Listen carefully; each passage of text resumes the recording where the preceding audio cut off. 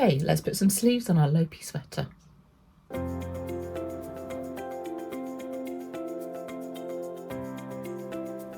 Okay, so we are getting close with this sweater. So I've been marking every 5 inches with a stitch marker on the body. I know I need 18 inches. So I've got my 15 marked off. I'm working on the last 3. So I've got about 1.5 inches to knit before I join the sleeves in.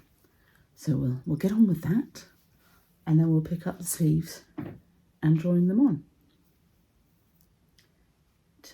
Got my just Lopi sitting on the arm of the chair because that seems to work quite well for me. I tend to pull a little bit off before I knit some, and with it being a unspun yarn, I find that helps. Yeah, so let's get going.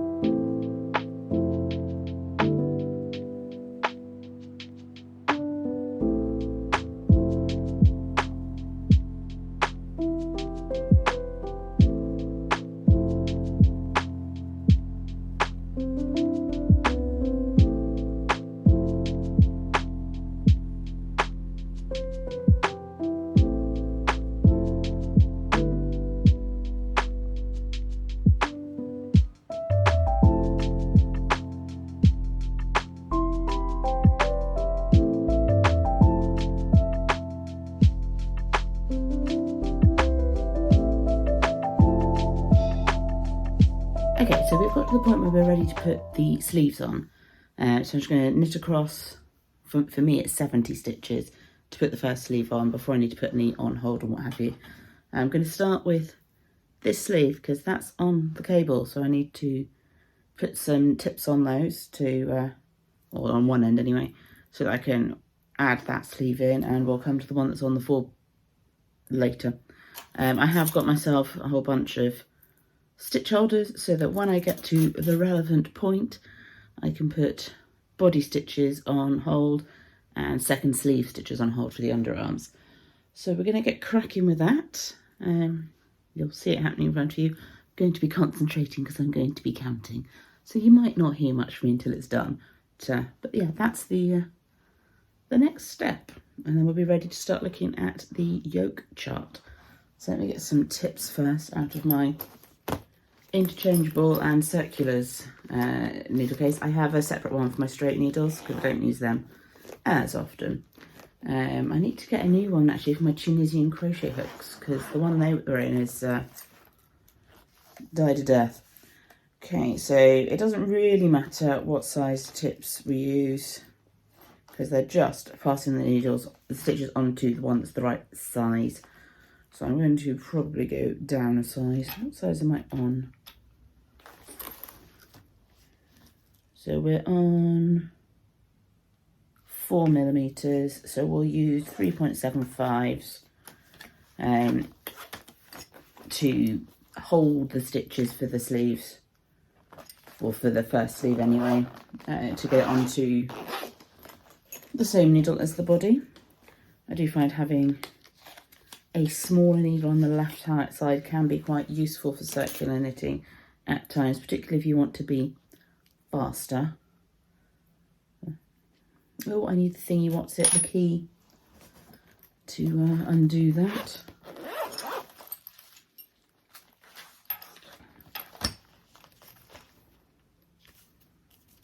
So I'm using swivel cables, so they're the Knit Pro, which I think is Knitter's Pride in the States, swivel cables, and they're mindfulness line. I like those cables, they work well for me. They don't seem to kink as much as the others. So yeah, generally speaking, really happy. Most of my tips are knit picks, which is made in the same factory as the Knit Pro, Knitter's Pride needles, so you can use the tips and the cables interchangeably. but I am starting to pick up the Mindful collection from Knit Pros tips when I need a spare set. They come with words on, so my 4 mils say dream, and the 3.75s say create. So I mean, that's nice. Okay, so we just need the one tip on the sleeve stitches. So we'll pop the key and the little end to one side and start counting stitches. Okay, so I won't make you sit through all of that, I'll speed up the footage.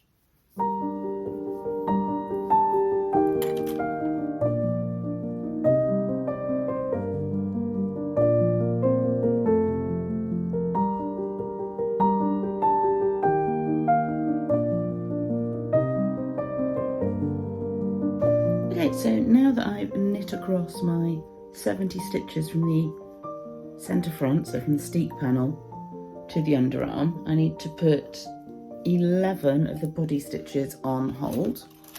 So I'm just going to grab one of my stitch holders and do that, and then we'll be able to get the sleeve on.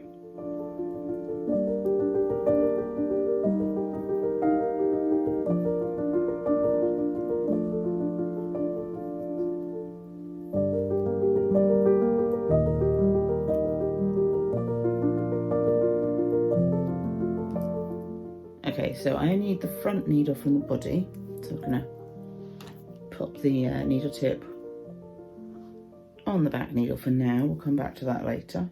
And we're going to knit across the sleeve stitches. I've already put the underarm sleeve stitches on hold. I did that when I finished knitting this sleeve, when I put it on the cable from the double pointed needles. So that's already done. I haven't done that with the other sleeve yet, so I'll do that when I get to it. So we need to knit across all of these stitches, and then we can pick up the back needle again. So I'm going to get on with that, and it'll be the same process on the other side. So I'll come back to you when I've got both sleeves attached.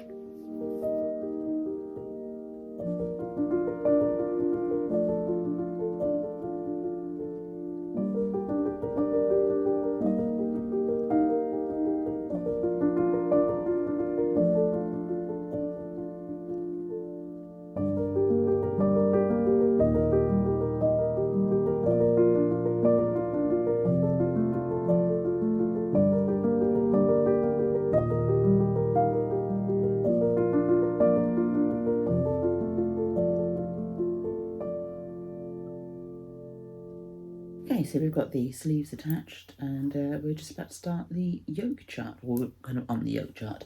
Got a few rounds of this colour first before I get into the colourwork portion. So I'll go on with that, and we'll come back when we're on the colourwork. Okay, so I'm now on to the yoke portion. So I've started the colourwork. Got little peaks at the bottom there showing up. You will notice that my floats look fairly loose on the back. They're fine when the fabric is held at like where it's meant to be finished, just where it's bunched up on the cable, that it's looking a little bit looser. But I thought before we wrap up for today, we'll just talk a little bit about yarn management with colourwork. This is the sort of project that I think if I was doing it again, given that I've got black and cream, so there's quite high contrast there, I'd probably use Leatherback Jacquard to manage my floats. I haven't, I'm doing stranded, that's fine. But what I'm doing to manage my floats is I'm catching the yarn every few stitches. So the idea of that is to keep the contrast yarn on the back of the work as much as possible. How many stitches you need to leave between catching your floats kind of depends on your gauge. You want to make it small enough so that you're not going to get your finger stuck in it when you put your garment on. So it varies a little bit. You want to make sure you're not stacking them on top of each other, so you want to stagger where you're catching a little bit. Husband is upstairs playing if you hear some noise in the background. So if I just go to the next point where I'm going to catch my yarns, we'll do it on the next stitch. So the way that I do it, I'm going to show you from the back of the work so you can see what I'm doing, is I put my needle through as if I'm going to knit the stitch.